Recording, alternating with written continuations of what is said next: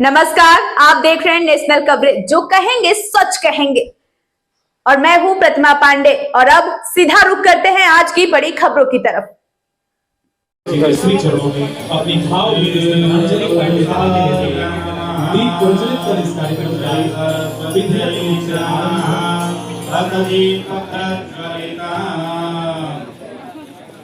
ओम स्वस्ति न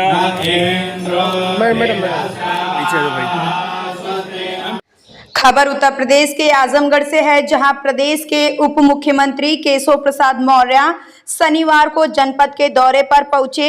इस दौरान उन्होंने विकास कार्यों, जन कल्याणकारी योजनाओं और कानून व्यवस्था की समीक्षा करते हुए अधिकारियों को जरूरी दिशा निर्देश दिए। उप मुख्यमंत्री केशव प्रसाद मौर्य की हेलीकॉप्टर पुलिस लाइन हेलीपैड पर उतरा, जहां पुलिस उप महानिरीक्षक, जिला अधिकारी, वरिष्ठ पुलिस अधीक्षक सहित जनप्रतिनिधियों और प्रशासनिक अधिकारियों ने उनका स्वागत किया। इसके बाद उप मुख्यमंत्री ने समीक्षा बैठक में जनपद में चल रही विकास परियोजनाओं, सरकार की प्राथमिकता वाली योजनाओं और कानून व्यवस्था की स्थिति की विस्तार से जानकारी ली। उन्होंने अधिकारियों से कहा कि जनहित की योजनाओं का लाभ हर पात्र व्यक्ति तक समयबद्ध तरीके से पहुंचे और विकास कार्यों में किसी भी प्रकार की लापरवाही बर्दाश्त नहीं की जाएगी। समीक्षा बैठक के बाद उप मुख्यमंत्री कारागार मंत्री दारा सिंह चौहान के साथ हरिऔंध कला केंद्र पहुंचे। यहां उन्होंने श्रद्धेय बाबू राम कुंवर सिंह की 22वीं पुण्यतिथि पर उनके चित्र पर पुष्प अर्पित कर भावभीनी श्रद्धांजलि दी और उनके सामाजिक एवं सार्वजनिक जीवन में दिए गए योगदान को याद किया। प्रेस वार्ता के दौरान उप मुख्यमंत्री ने प्रदेश सरकार की उपलब्धियों और भविष्य की योजनाओं पर भी अपनी बात रखी। उप मुख्यमंत्री केशव प्रसाद मौर्य ने कहा कि मुख्यमंत्री योगी आदित्यनाथ के नेतृत्व में उत्तर प्रदेश सरकार सड़क, शिक्षा, स्वास्थ्य, सिंचाई, ग्रामीण और शहरी विकास सहित सभी क्षेत्रों में तेजी से कार्य कर रही है। उन्होंने दोहराया कि प्रदेश सरकार अपराध और अपराधियों के प्रति जीरो टॉलरेंस की नीति पर काम कर रही है और प्रदेशवासियों को सुरक्षित तथा भय मुक्त वातावरण देना सरकार की सर्वोच्च प्राथमिकता है। उन्होंने प्रधानमंत्री नरेंद्र मोदी के विकसित भारत 2047 के संकल्प का उल्लेख करते हुए कहा कि उत्तर प्रदेश का इस लक्ष्य को हासिल करने में महत्वपूर्ण भूमिका निभाएगा और जनता के सहयोग से विकसित उत्तर प्रदेश तथा विकसित भारत का सपना निश्चित रूप से साकार होगा। इस अवसर पर कारागार मंत्री दारा सिंह चौहान, एमएलसी राम सूरत राजभर, विधायक रामविलास चौहान, भाजपा क्षेत्रीय अध्यक्ष विनोद राय, प्रदेश मंत्री सहजानंद राय, भाजपा जिला अध्यक्ष ध्रुव सिंह, मुख्य विकास अधिकारी परीक्षित खटाना सहित अनेक जनप्रतिनिधि, प्रशासनिक अधिकारी और गणमान्य नागरिक मौजूद रहे। कैमरामैन के साथ शरद कुमार की रिपोर्ट। समर्थन दिया, मैं उसकी सराहना जितनी करूंगा कम होगा। हमें 19 में भी बहुत अच्छी आप सबकी ओर से सफलता सहायता मिली, 22 में भी मिली, लेकिन अभी हमारी जो यहां सफलता का नंबर आना चाहिए वो नंबर आने में कई बार चूक हो जाती है। मैं आप सबको आज इतना आह्वान करूंगा, जैसा कि आप सबने बताया कि हमारे बाबू राम कुंवर सिंह जी भारतीय जनता पार्टी से वो चुनाव, जीवन के अंतिम जो चुनाव को लड़ा, उन्होंने भाजपा के सिंबल पर लड़ने का काम किया और उनके लिए भी सच्ची श्रद्धांजलि 2027 में देने का मैं आप सबसे आह्वान करता हूं, अपील करता हूं। अगर आप आजमगढ़ में देखिए, आप जब सब जानते हैं आजमगढ़ में जब हमारा कोई विधायक नहीं जीता, तब भी उत्तर प्रदेश में भारतीय जनता पार्टी की सरकार बनी कि नहीं बनी? लेकिन अगर आजमगढ़ भी जीत जाएगा तो सपा का क्या हाल होगा?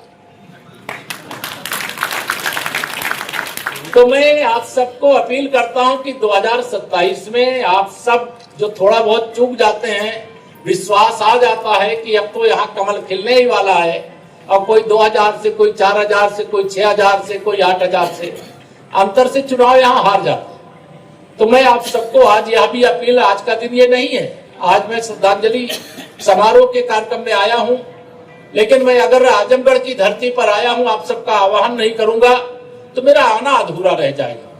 आदरणीय दारा सिंह जी ने कहा कि यहाँ जो आए हैं वो एक एक व्यक्ति नहीं, एक बहुत बड़े बड़े समूह का नेतृत्व करने वाले लोग। लेकिन कई बार मतलब कहते कहा चुप साध रहे बलवाना, मतलब हनुमान जी की तरह जैसे ताकत भूल जाते हैं। अभी हमारे यहाँ की जो स्थिति है वह बहुत अलग प्रकार की स्थिति है। मैं जानता हूं यहाँ बहुत भारतीय जनता पार्टी के समर्थन वाला, और मैं यह भी आपको बता रहा हूं, तीसरी बार प्रचंड बहुमत से उत्तर प्रदेश में भारतीय जनता पार्टी की सरकार फिर बनी। इसको लेकर के आप लोगों को शंका तो नहीं है? कोई दोनों हाथ उठा के बता दीजिए, कोई शंका तो नहीं है? लेकिन इस बार मैं आप सबका समर्थन ये जरूर चाहता हूं, और ये भी मैं जानता हूं आप जब ठान लोगे तो आजमगढ़ की हम सभी 12 सीटें नहीं तो कम से कम 10 सीटें तो जरूर जीत करके ऐसी है। लीजिए चलिए 10 की 10 हो गई आपके खाते में। तो आप सबका मैं ये आह्वान करता हूं कि इस बार हम सभी आजमगढ़ की सीटों को जीतने का एक लक्ष्य रखते हैं। और मऊ चूंकि अविभाजित, पहले जब बाबूजी रहे हैं तब उस समय अविभाजित एक जनपद था, मऊ बाद में बना। तो मऊ और आजमगढ़ दोनों जिलों से हैं, तो मैं दोनों जिलों का आह्वान करता हूं। मऊ में तो हमारा खाता खुल जाता है, लेकिन आजमगढ़ में हम लोग कहीं ना कहीं चूक जाते हैं। तो यह मैं आप सबसे आह्वान करके या अपील करके जा रहा हूं। और मैं आजमगढ़ का जब प्रभारी यहाँ पर पिछले कार्यकाल में रहा तो आजमगढ़ से मेरा बड़ा लगाव हो गया। आजमगढ़ को लेकर के जब कोई कार्यक्रम की योजना होती है, रचना होती है, कोई मुझे कहता है कि आजमगढ़ चलना है, तो मेरे मन में रहता है कि मैं आजमगढ़ के किसी भी कार्यक्रम में जरूर शामिल होने के लिए चलूंगा। यद्यपि पूरे प्रदेश में उप मुख्यमंत्री के नाते मैं कहीं भी आना जाना करता रहता हूं निरंतर। आज आजमगढ़ में हूं, कल झांसी में हूं। अभी मुझे अच्छा लगा, प्रवीण जी ने कहा कि अभी आप सबको एक पेड़ मां के नाम से लगाने का, वह पेड़ भी आपको भेंट करने का काम कर रहे हैं। और कल 12 जुलाई को पूरे उत्तर प्रदेश में उत्तर प्रदेश की सरकार ने 35 करोड़ पेड़, एक पेड़ मां के नाम लगाने का लक्ष्य रखा है। कल लगना है पूरे प्रदेश। उस कार्यक्रम में मुझे झांसी जाना और सभी माननीय हमारे मंत्रिपरिषद के साथ ही सभी हमारे माननीय सांसद, विधायक, बोर्ड आयोग के सब पार्टी के भी सब पदाधिकारी। कुछ तो रखिए आप सम्मान आप लोग। यहाँ से सांसद थे, पीडीए के नाम पर किसी को है नहीं सर, 1 रुपया का जितना अत्याचार समाजवादी पार्टी की सरकार में हुआ है इतिहास में कभी नहीं हुआ। उनका फर्जी पीडीए नहीं चल सकता है। असली पीडीए भाजपा है, असली पीडीए केशव प्रसाद मौर्य है, दारा सिंह चौहान है, हमारे साजानंद राय है, ध्रुव सिंह जी हैं, सब यहाँ संतोष सिंह जी, यहाँ सब लोग खड़े। यहाँ देखेंगे तो आपको सामाजिक समीकरण का वास्तविक रूप से एक शानदार गुलदस्ता दिखाई देगा। लेकिन समाजवादी पार्टी में देखेंगे तो परिवारवाद की एक भ्रष्ट राजनीति, गुंडों, अपराधियों, माफियाओं की समर्थक पार्टी, मुस्लिम तुष्टीकरण की घटिया और घिनौनी राजनीति करने वाली पार्टी। इसलिए भाजपा ही वर्तमान है, भाजपा ही भविष्य। मंदिर को लेकर अखिलेश यादव लगातार हमलावर हैं। वो रामद्रोहियों का परिवार है, राम भक्तों का खून बहाने वाला परिवार है।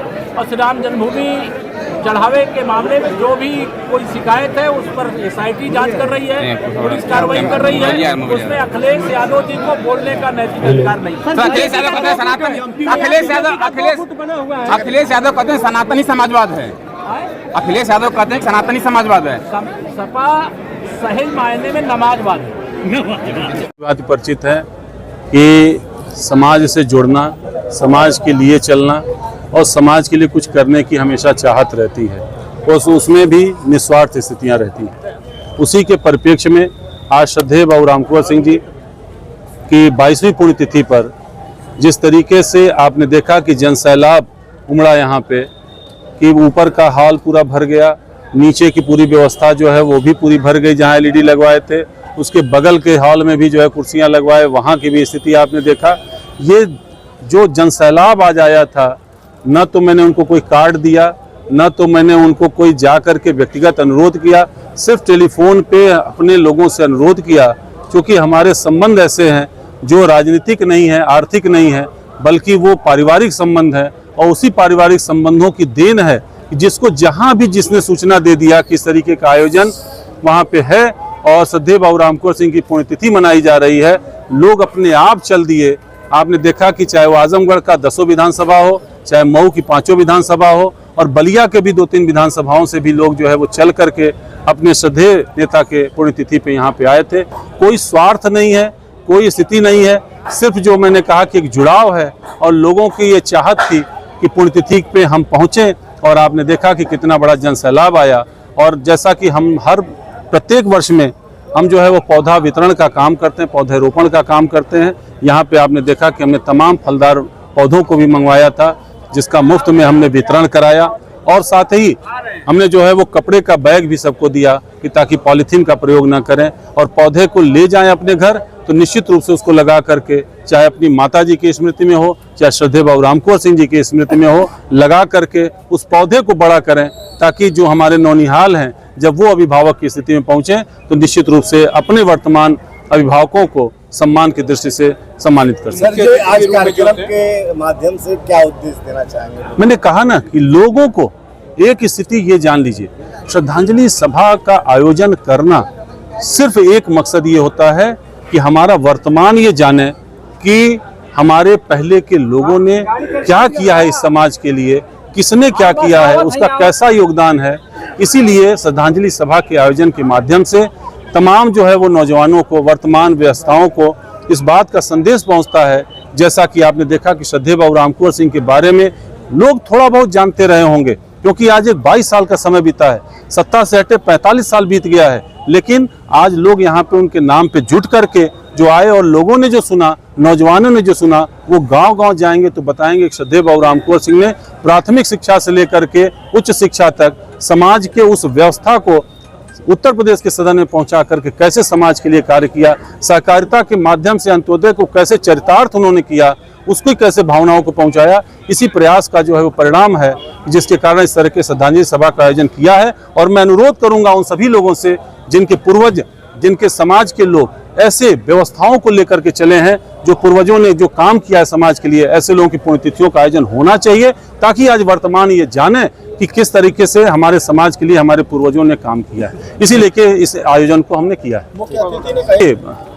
आप जान रहे हैं श्रद्धेय बाबू रामकुंवर सिंह जी स्वयं एक राजनीतिक व्यक्ति थे, एक बेहतर इंसान के साथ साथ उनकी राजनीति से भी पूरा संबंध था। प्रदेश के निश्चित रूप से एक बहुत बड़ी छवि थे एक समय में, लेकिन अगर उनके पुण्यतिथि पर अगर कोई नेतृत्व करने वाला व्यक्ति आएगा तो निश्चित रूप से उनके किए हुए कार्यों को, जो उनकी सोच थी कि कैसे हम समाज के लिए बेहतर करें, उसी को उन्होंने जो है वो अपने संदेश में कहा कि अगर श्रद्धेय बाबू रामकुंवर सिंह जी की पुण्यतिथि अगर ऐसे व्यक्तित्व की मनाई जा रही है तो 2027 में हम किस तरीके से आजमगढ़ की 10 विधानसभाओं को, मऊ की 5 विधानसभाओं को, बलिया की सभी सीटों को कैसे हम जीत सकते हैं, इसमें मैं कोई गलत नहीं मानता हूं। क्योंकि राजनीतिक व्यक्ति का जो है वो अगर कार्यक्रम है तो राजनीति की चर्चा तो थोड़ी बहुत होनी ही चाहिए।